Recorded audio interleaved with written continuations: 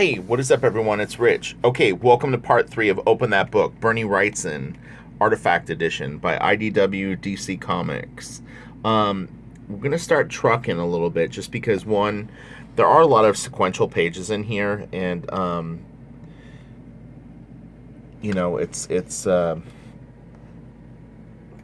they're telling a story, so it is one of those things where we want to kind of focus on, the key shots and just things that maybe are a little different or out of the ordinary. Man, the way he spots blacks on faces is really, really good. I'm telling you, that is such a difficult thing to do and have it actually look like integrated into your art and not just have it look like all of a sudden like you made some weird random choice to like black something out. I mean, he just knows right where to leave the highlights and all that, where it just really, really is beautiful. Nice kind of worm's eye view in this shot too. We're pretty low in the thing, and it really, like, that the window in the background looks super cool. Okay, it's a really, really nice panel. Again, this has just a little tiny bit of like a Jack Davis feel for me. Really, really nice. Those little figures are just fantastic. You know, another thing, when I was watching this back, Bernie is great with drapery. I keep praising his hands and anatomy and a lot of the things that he does. I'm having trouble grabbing the page. But he is really, really good with clothes and like really interesting folds and stuff like that. This is a nice page. Wow, nice panel. And again, we're going to move a little quicker through some of these more, I hate to use the word uninteresting, but you know what I mean? Like we'll spot like the really just kind of important things. Oh man, that's awesome. I've seen that somewhere before. God, it's crazy because that almost reminds me of a Carlos Pacheco drawing back when he would do it was like the Bishop era and Universe X. It's like got that Cam Smith kind of like smooth inking. Go. A stacked piece. Always, when I see stuff like this, it always kind of reminds me a tiny bit of like a Frazetta thing, where it's just like, attacking. Okay, let's go here. It's funny, the way that the book is right here, it's really hard for me to get a hold of the page. Let me switch hands here for a sec.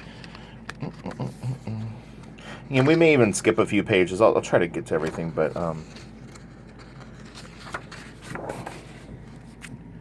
that's nice.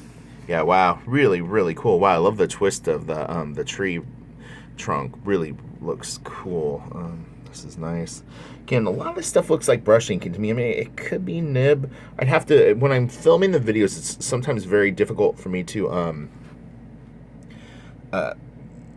be aware of everything that I'm seeing. That's great. Again, just fantastic blacks. He really understands the planes of things too. I was noticing on some of the other pieces. I'll point it out if I can spot like a new example of it, but yeah, you can really tell that he understands form, and like when he suggests form, he can really force your eye to see something that's not there based on the shadow that he casts underneath it. It's a really, really fascinating optical illusion that he's quite good at.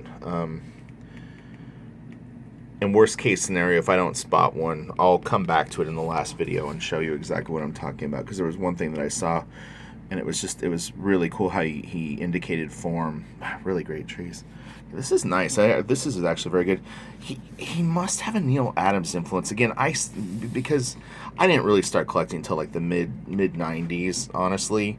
So I don't know the timeline of like who came first and da. But I mean, I think that I see a Neil Adams influence in this. Maybe it was the other way around, but I kind of would think that Neil was around first. And you know what? Let me know in the comments below if you know. Please let me know. When I do these videos, I want to stress too, because it's been a little while since I've done one.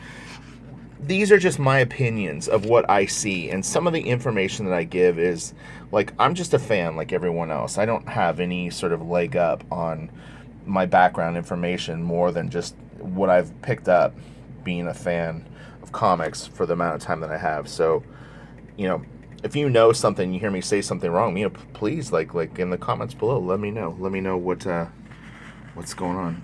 That's cool. You know what's interesting is, okay, like I see a little bit of Barry Windsor Smith in that, but they were studio mates approximately around this time. But like his Machine Man stuff and some of the line work in there, it kind of has a tiny bit of a Barry Windsor Smith feel. And you can actually see with the studio guys, influence is sort of working in and out of each of them throughout the throughout. From what I understand, the studio wasn't together very long.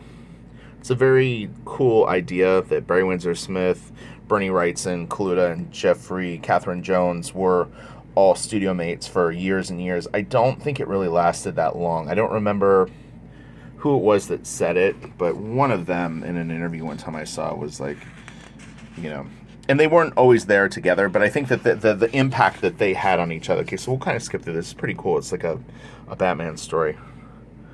But we need to get trucking. We're never going to get through this book if we don't. That's cool. Get Bruce. He's got long hair. Looks like he's ready to go see like some sort of 70s rock concert. Oh man, okay, so cool. A little Zipatone. Some super creepy dog monkey man thing. Woo!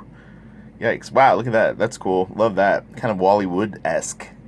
Damn, that is nice. Holy cow.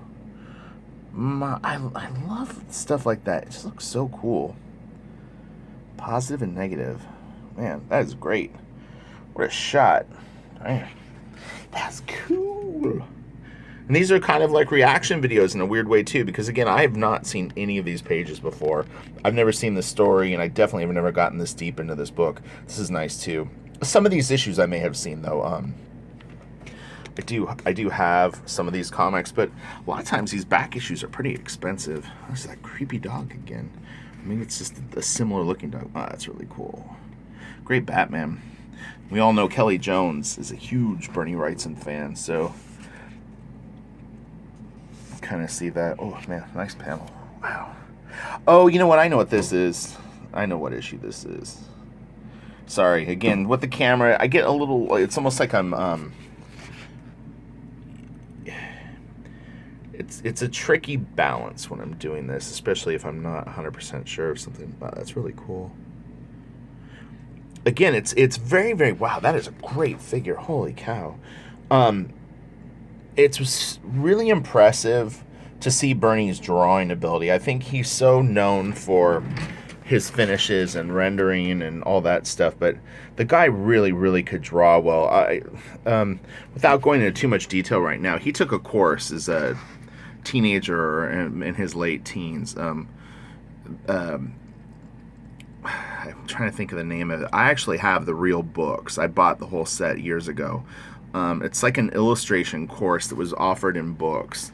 Very, very expensive. They actually, back in the day when he did it, they would come out to your house and actually drop off the books, like, but it was taught by people like Norman Rockwell and all the like great illustrators of the day.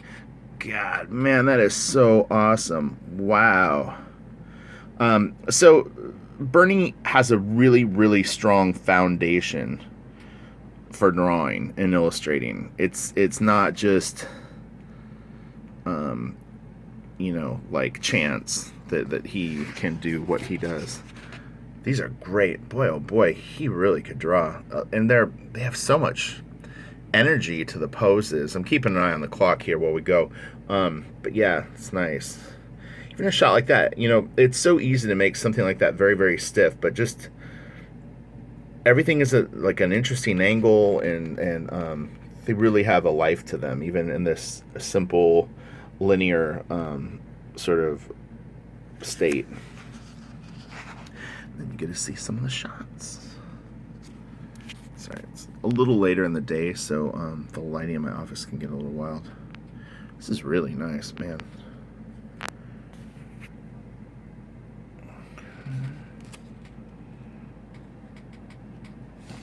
Man, that is a weird looking dog. Oh, that's nice. All right, let's just go through this. Wow, this is so cool. I'm really, really glad that we're doing this, because I'm telling you, I've had this book for months and I haven't looked at it. And this was the good excuse. This gets me off my backside and popping these open, because if not, I just work. That's all I do. Work. Always working. I always got something that's due. And, after a 10-hour day, just kind of want to chill. It's hard to sometimes chill and look at more comic art. I remember Todd McFarlane saying that in an interview when I was first collecting. He's like, the last thing I want to do when I'm done working is look at comics. And I was like, oh my God, what is he talking about? How can you ever be tired of them? There's no way. It's cool with these artist edition and artifact edition books how you get to see all the notes and stuff like that too. It's always very, very fun. The full-size originals just look killer. All right, we're going to wrap this up after this page. Man, that's so nice. And believe it or not, this is very exciting. If you've made it to the end of this video, I've already done 2 tutorials on brush cross-hatching in a Wrightson style. So those are coming. I didn't want to squeeze them in between videos. But dude, we're going to crush it, dudes and dudettes.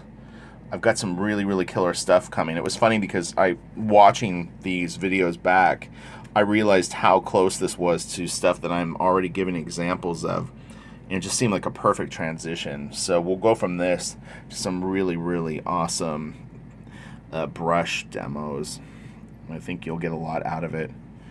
Okay, so we're going to end it here. It's 11 minutes. Thank you. Smash the like button. I'll be back. This is going to be a 5-parter, and, you know, again, we're going to work through some of the sequentials pretty fast because this is a very big book, and I can't show every page. It's just too much.